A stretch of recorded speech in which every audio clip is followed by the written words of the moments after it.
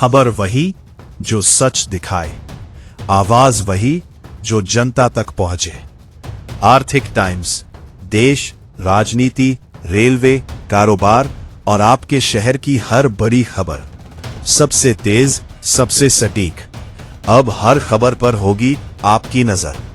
आप देख रहे हैं आर्थिक टाइम्स, सच्ची खबर, बेबाक आवाज। सच्ची खबर, बेबाक आवाज। अभी सब्सक्राइब करें आर्थिक टाइम्स यूट्यूब चैनल। हर खबर पर पैनी नजर। নমস্কার, আমি Basudeb Mondal, all India confederation of Dalit OBC minority and Adivasi অর্গানাইজেশনসের ওয়েস্ট বেঙ্গলের রাজ্য সভাপতি।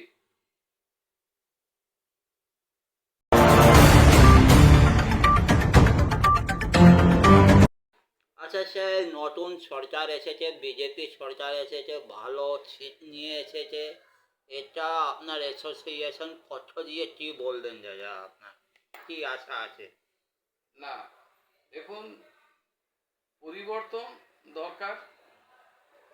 আমার মনে হয় যে 15 বছর আগে সরকার যে ছিল, এবারে সেই সরকার মানুষ হয়তো সেই সরকারের উপরে বীতশ্রদ্ধ হয়ে গেছিল বলে তো ব্যাপক পরিবর্তন হয়েছে। তো 15 বছর হয়ে গেছে, সিপিএমও 34 বছর ছিল, এদেরও 15 বছর ছিল, 15 বছর চলে গেছে এবং ব্যাপক ভিতরে ভিতরে সেই চাপা একটা ক্ষোভ ছিল বলেই একেবারে আপনার 213টার থেকে গিয়ে শুধু 80টাতে ঠেকেছে। এটা একটা ন্যাচারাল মানুষের আশা আকাঙ্ক্ষা বিজেপির অত উপরে ছিল বলেই আজকে তারা বিজেপিকে নিয়ে এসছে। কি মনে করছেন এসসি এসটি ওবিসি এদের জন্য কেমন কাজ করবে, উন্নয়ন কতটা হবে বলে আপনি মনে করছেন? দেখুন, আমি সোশ্যাল সংগঠন করি, দলিত সংগঠন। আমি all India confederation of Dalit OBC minority and Adivasi অর্গানাইজেশনসের ওয়েস্ট বেঙ্গলের রাজ্য সভাপতি, অ্যাজ ওয়েল অ্যাজ আমি অফিস সংগঠনের একটা রিজিওনাল সেক্রেটারি। আমি এসসি এসটি ওবিসিদের নিয়ে কাজ করি। নতুন সরকার এসছে, খুব ভালো কথা। আমরা দেখব যে এখন এসছে, নতুন পরিবর্তন হয়েছে, লাফালাফির কিছু নেই। কারণ আমরা দেখব আমার সমাজের জন্য এই সরকার কি পদক্ষেপ নিচ্ছে। বাজেটে এসসি এসটিদের জন্য কত টাকা বাজেট, কত পার্সেন্টেজ বাজেট রাখছে এবং এসসি এসটিদের বাজেটের টাকা, রাজ্য সরকারের বাজেটের টাকা এবং সেন্ট্রাল গভর্নমেন্টের যে এসসি এসটি খাতের যে বাজেটের টাকা, সেই টাকাগুলো অরিজিনালি এসসি এসটি ওবিসিদের ডেভেলপমেন্টের জন্য, আপলিমেন্টের জন্য, এডুকেশনের জন্য খরচা হচ্ছে নাকি সেটা অন্য খাতে খরচা হচ্ছে, সেইটাই যেন এই নতুন সরকার প্রকাশ করে, শ্বেতপত্র প্রকাশ করে যে আমরা এই টাকা সেন্ট্রাল থেকে পেয়েছি এই সমাজের ডাউন রোডের পিপুলের জন্য, আমরা এই খাতেই খরচ করেছি। কারণ বিগত দিনে সরকারের সেই রকম কিছু আমরা পাইনি। এছাড়া কি আছে? এছাড়া রিজার্ভেশন যে ব্যাকলগ, লাখ লাখ যে ব্যাকলগ বিভিন্ন রাজ্য সরকারে এবং সেন্ট্রাল গভর্নমেন্টের, এখন ডবল ব্যাংক সরকার, তো আশা করাবো যে সেন্ট্রালে হোক এবং রাজ্য সরকারের হোক, দুটো সরকারি অফিস এবং পিএসইউতে যে সকল ব্যাকলগ আছে এসসি এসটি ওবিসিদের, সেই ব্যাকলগের ব্যাপারে এই সরকার কি সিদ্ধান্ত নিচ্ছে, যে স্পেশাল ড্রাইভ দিয়ে যাতে রিক্রুটমেন্ট করে, তাহলেই আমাদের লাভবান হবে। তাহলে সরকার পরিবর্তন করে আমার তো মনে হয় না সমাজের কিছু হবে বা সংখ্যা গরিষ্ঠ এসসি এসটি ওবিসিদের কোনো লাভ হবে। সেটা এখন বলা মুশকিল। যখন কিছুদিন যাক, 2-4 মাস যাক, কি পদক্ষেপ নেয় তার উপরে এই সরকার কত ভালো করবে না করবে আগে এখন থেকে বলা মুশকিল। আচ্ছা, আপনারা কি ভাবছেন সরকারকে কোনো ডেপুটেশন দিয়ে জানাবেন, কিছু লেটার দিয়ে ওনাকে জানাবেন এসব করার জন্যে? হ্যাঁ, সেটা আমরা একটা ডেপুটেশন দেব।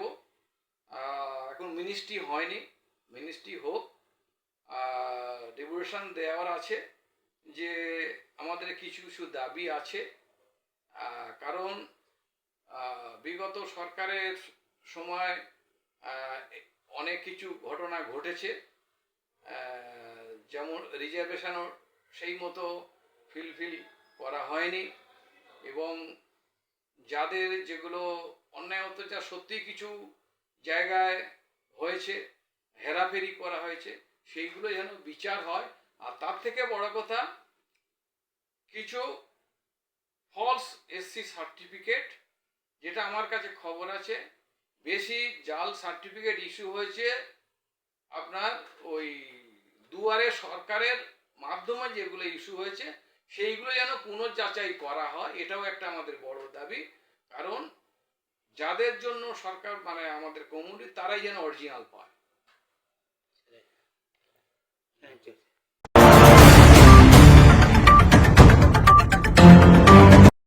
যে শ্বেতপত্র প্রকাশ করার ব্যাপারটা, যদি সরকার যদি শ্বেতপত্র প্রকাশ না করেন কিংবা যদি আপনাদের দাবি দেওয়া যদি না মানেন, আগামী দিনে আপনারা কিভাবে করবেন?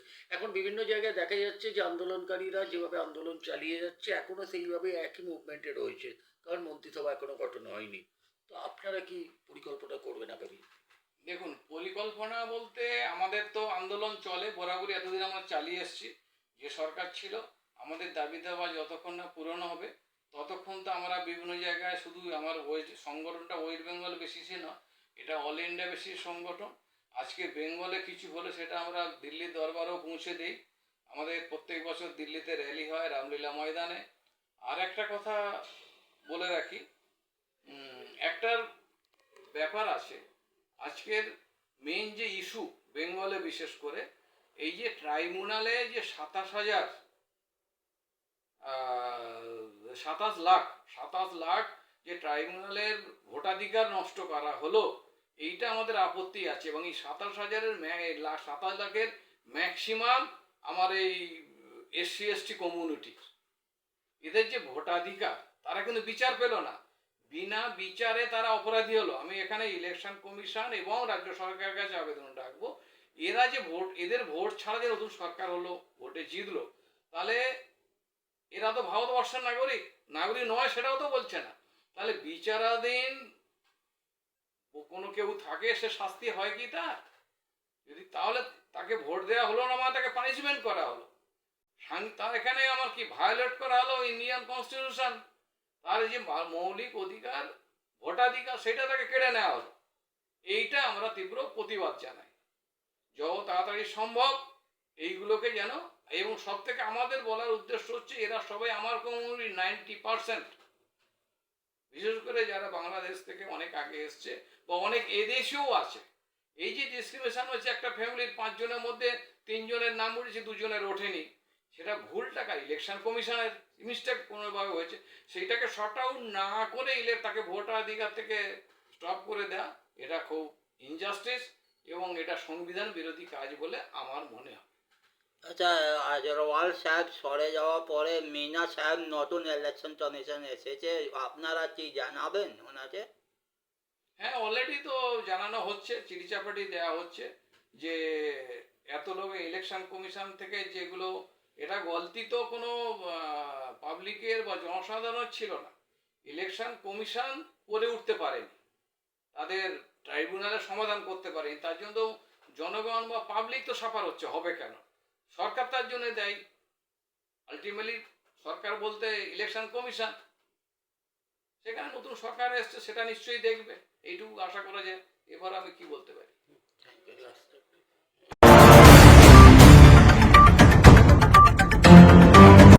মুখ্যমন্ত্রী, তাকে তার উদ্দেশ্যে আপনাদের তরফ থেকে কি জানাবেন? না, নতুন মুখ্যমন্ত্রী এসছেন, দীর্ঘদিনের অভিজ্ঞতা সম্পন্ন, তাকে স্বাগত জানাই পশ্চিমবাংলার মুখ্যমন্ত্রী হিসেবে। শুভেন্দু অধিকারী বাবুকে স্বাগত অলওয়েজ আমার সংগঠনের পক্ষ থেকে। অফিস সংগঠন বলুন আর আমার সোশ্যাল সংগঠন বলুন, আমরা আশা রাখি যে আমার সমাজের উন্নতির জন্য উনি পদক্ষেপ নেবেন, যেগুলো আমি বললাম, যেগুলো সংখ্যাগরিষ্ঠ, আমি যেটা বিশ্বাস করি যে যেখানে সংখ্যাগরিষ্ঠ লোকের, যে দেশের উন্নতি তখনই হবে, সেই দেশের যারা সংখ্যাগরিষ্ঠ তারা সবাই যাতে উন্নতির বা ডেলি আয় বা সব দিক থেকে অধিকার থেকে বঞ্চিত না হয়। আমরা অধিকারের জন্য লড়াই করছি, যার প্রত্যেকটা মানুষ অ্যাজ পার কনস্টিটিউশন তারা যেন তাদের অধিকার থাকে, অধিকার থেকে বঞ্চিত না হয়। যেমন একটা মৌলিক অধিকার ভোটাধিকার থেকে বঞ্চিত হয়েছে 27 লক্ষ লোক, সেটাও যেন ইমিডিয়েট ফিরিয়ে দেওয়া হয়। এবং শুভেন্দুবাবুর যে ইয়ং একটা সিএম পাওয়া গেছে, ইনি কতটা ভালো কতটা খারাপ এই মুহূর্তে বলা মুশকিল। তার মধ্যে আমাদের আশা আছে যে উনি এই সমাজের জন্য, সমাজের উন্নতির জন্য, শিক্ষা দীক্ষা ডেভেলপমেন্টের জন্য, এরকম অনেক আছে এসসি এসটি হোস্টেল, বিশেষ করে বাবা সাহেবের যে শিক্ষার জন্য অনেক হোস্টেলের অনেক টাকা পয়সা লুট হয়েছে, অনেক স্টাইপেন্ডের টাকা হেডমাস্টার মেরে দিয়েছে। আমার কাছে অনেক কেস আছে, এটা বলতে ভুলে গেছিলাম। আশা করব সেইগুলো যেন তারা শাস্তি পায়। এতদিন কোনো বিচার পায়নি। নতুন সরকারের কাছে আমার আবেদন যে যারা এই সকল দুর্নীতিগ্রস্ত এবং এসসি এসটিদের টাকা মেরেছে, এসসি এসটিদের হোস্টেল বন্ধ করেছে, তাদের বাজেটের টাকারা খেয়ে বসে আছে, সেইগুলো যেন খুঁজে বার করে তাদের শাস্তি দেয়।